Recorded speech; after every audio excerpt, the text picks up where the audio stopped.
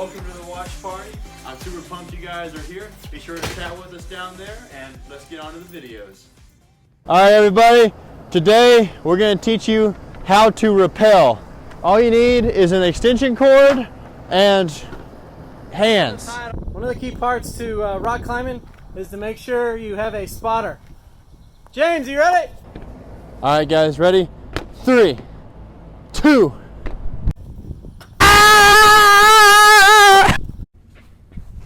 Yeah, everybody. So that's how you rappel.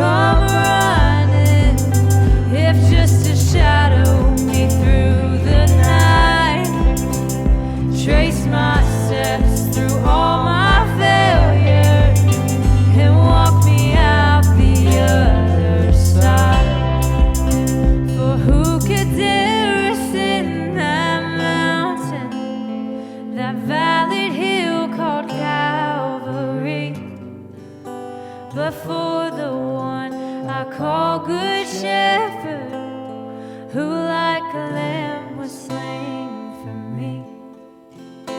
Oh, I will praise you on the mountains. I will praise you in the mountains in my way.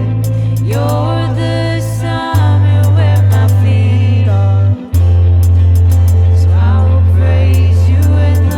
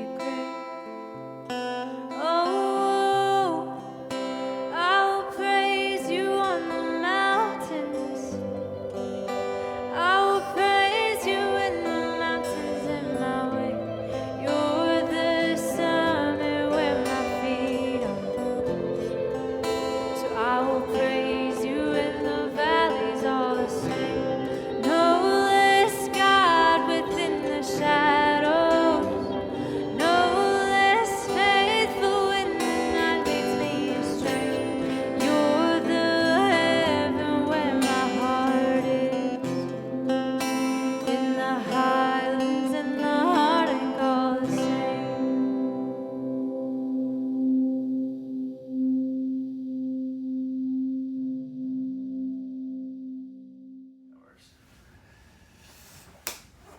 What's up, everybody? Welcome back to our Wednesday night watch party, and we're going to talk about, like we did last week, a little recap of what we talked about on Sunday at our in-person gatherings, which are at 9:30 for middle schoolers, 6 o'clock for high schoolers at our Abingdon, Bluefield, and Bristol campuses. We'd love for you to join if you feel comfortable. If not, we're going to continue to do these things. This week we talked about a new series that we're starting. It's questions that we have for God. Is God there?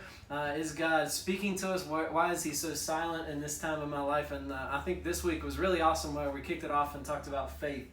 And is God there? And we went over some Bible verses in Hebrews and talked about how the whole book of Hebrews is about kind of a sermon from beginning to end. And chapter 11 talks a lot about people in the Bible that had to have faith. Noah and Abraham and Joseph, all these people that were required to have faith because there was times in our lives where God seemed to be silent in the things they were doing.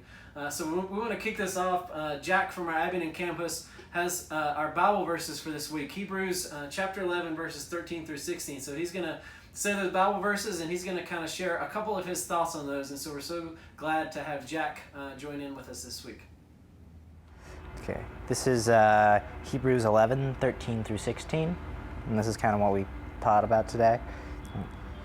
These all died in faith, not having received the promises, but having seen them afar off, and were persuaded of them, and embraced them, and confessed that they were strangers and pilgrims on the earth.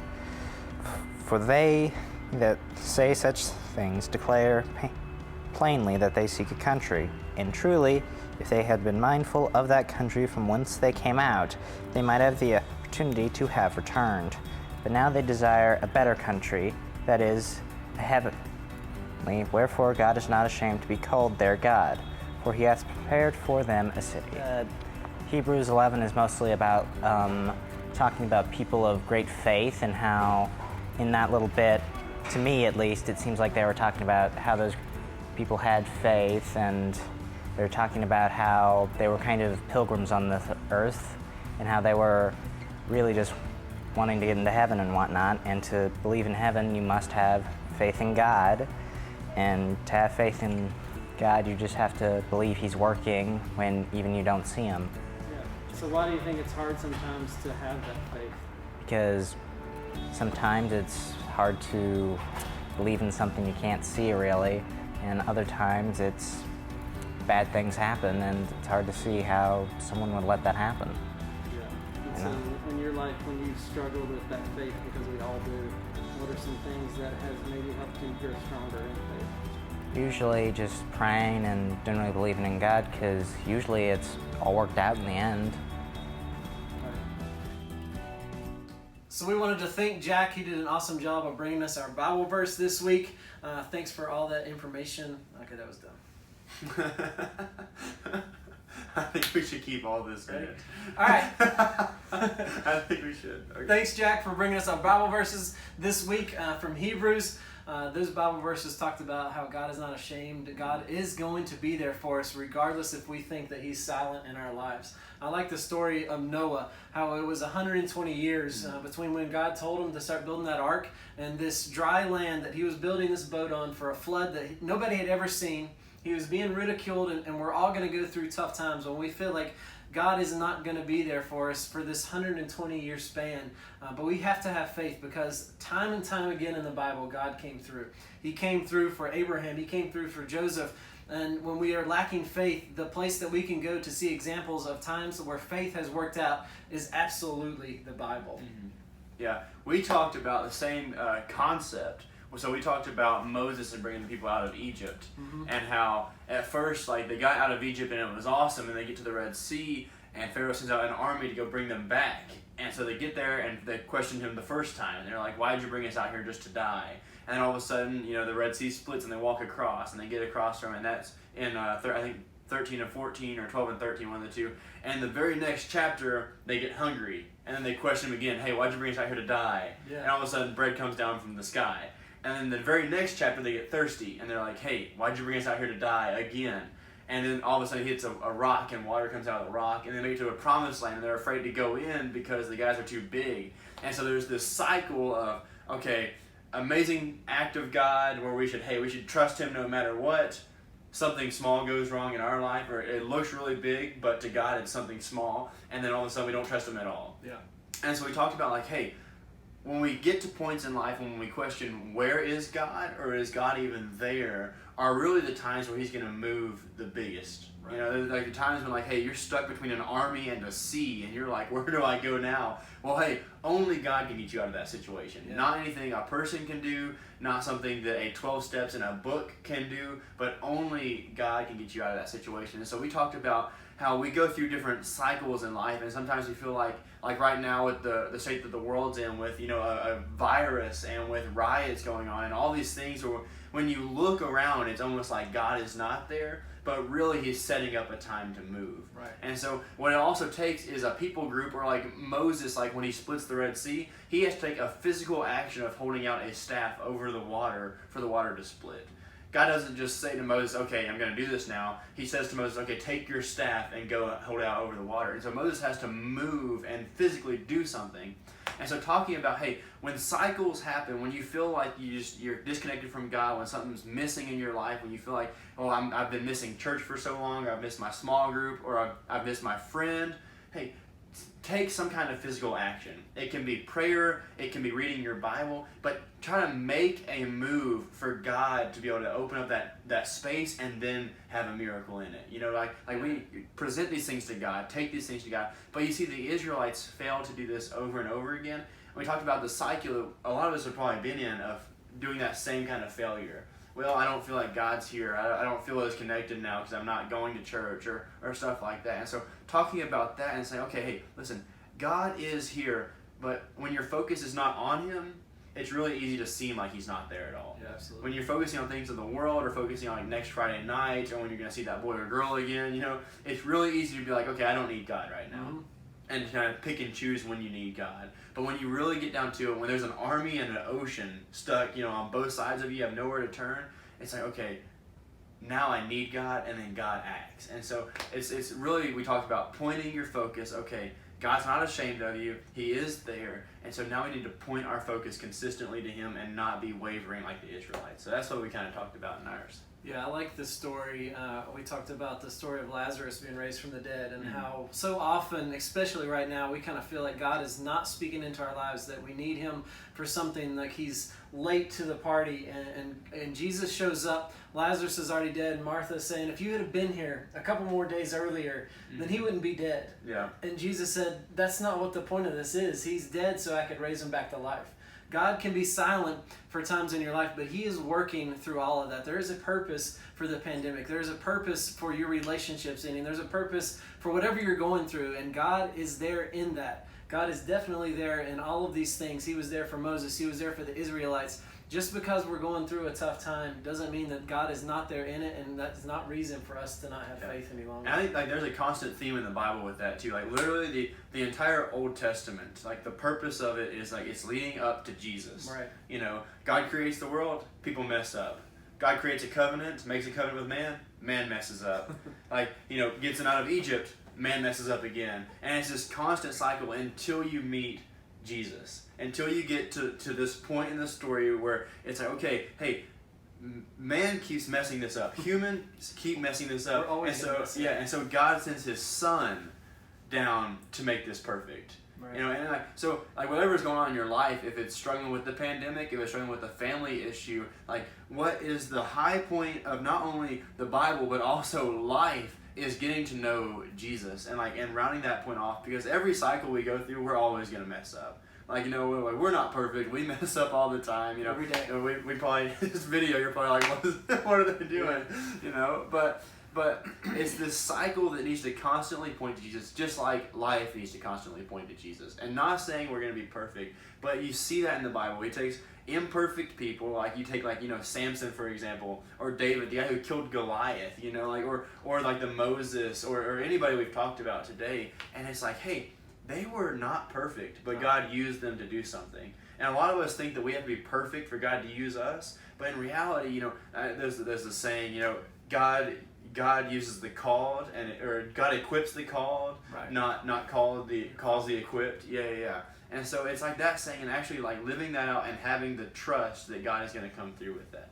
Yeah, I think the end point was great for us. God is there. Mm-hmm. And regardless if you think that God isn't speaking into your life, the one point that I read is that you're not that special. You're not the only one in this world that God isn't a part of. Mm-hmm. God is caring for all of us. And so if you think that that's not you, that is definitely wrong. That is something that it has been put in your head by evil. But God is there for everybody. God is there. Anything else? I think we're all good. To end us tonight, we have a prayer from one of our Marian students, Rebecca. She has been gracious enough to send in a prayer to close us out for this message. We want to thank you guys for joining us for this recap. We have some more videos after the prayer, but thanks for joining us tonight. Will you pray with me? Dear Lord, thank you for this day. Thank you for being the Prince of Peace when our world is chaos. Lord, I pray that you will give us the peace and comfort, knowing that we can always go to you in every situation because you understand all things. And I pray that just even whenever we feel like no one can understand and we're going through hard trials, that we know we can just go to you and that you will give us comfort. And Lord, I pray that we will also use the other people around us that you've given us in our lives just to help bear our burdens. And just thank you for everything you've given us, and I pray that we can lift each other up and not tear each other down as a youth group in a church, and that we will just bring all glory to you. In your name I pray, amen.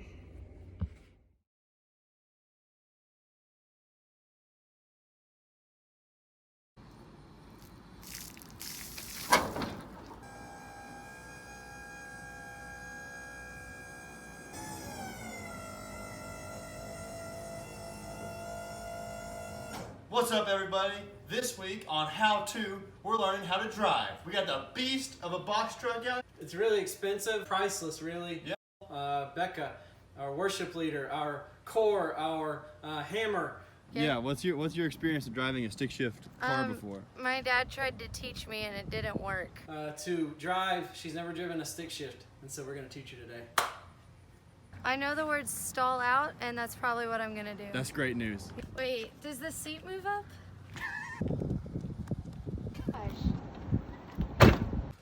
Alright, now we're rolling. You know how to turn it on? No. Okay. Well, this is one. Do I have to have the... We're letting you decide these things. Hey! Hey, we started!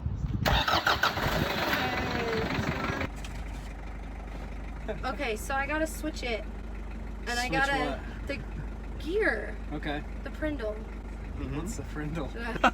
What do I do? Put it in gear. I'm on the Clutch clutch. has to be all Has the to way be all in. the way down. Oh, the So get it in gear. Trick Yeah. one. Or The you're seat gonna does drive. not go up anymore. Okay. So You trick have to 2 is stretch. don't be 4'11". And then I hit the gas as soon as No, I no, can. no, it's Is in this first. first? Well, I Yeah. hope so. I don't know. I don't If it's know. third, we're in trouble.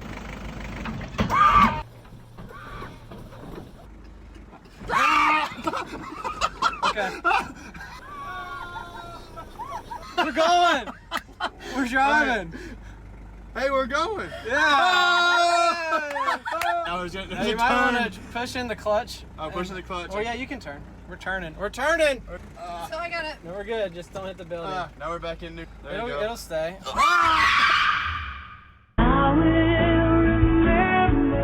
Alright, so we just stalled out for the first time. That was so bad. Is this neutral? Yes. How do you know? Because when it Because moves look, around if it's really in easy- gear, it won't move around. But when it's in neutral, it will move around. Oh, okay. I'm sweating. I'm sweating too, but from nerves more than. Clutch. We'll start to coach you now. Slowly out on the clutch. Why does it say there's more gas? It was magic. God put gas in it for us. Oh, let's try shifting into second. All the way down on the clutch. Slowly let out. Slowly on. Oh, that was smooth. We're driving. We're driving.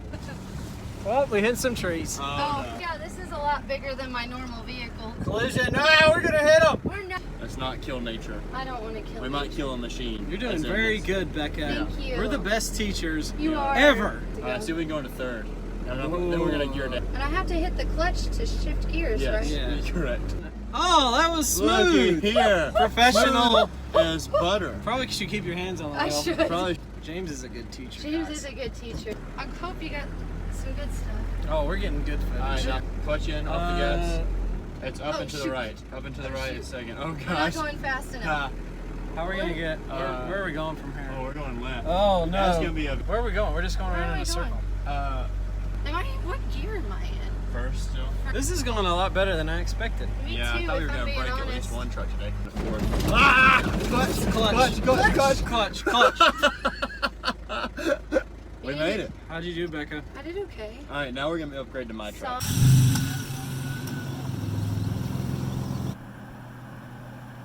You're not moving yet. I know, he told me not to. Floor it. Ah! Good job. Try one. Close. That was close. Is this what y'all wanted? Yes. Is this the content? This is the footage that we needed. Okay. Yeah!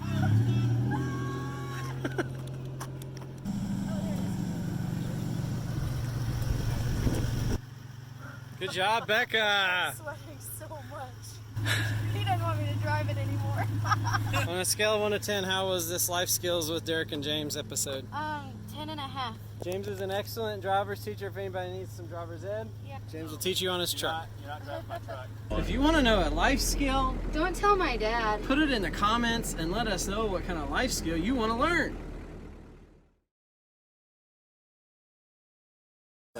White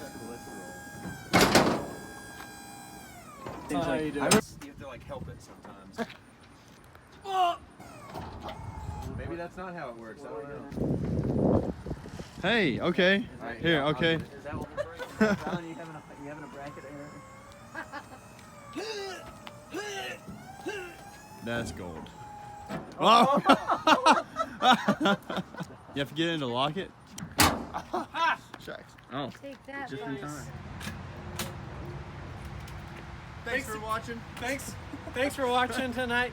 We appreciate you watching all of our videos, being involved in the chat. If you need prayer requests, make sure to reach out to us. We are there for you guys. We will see you guys back here again next week.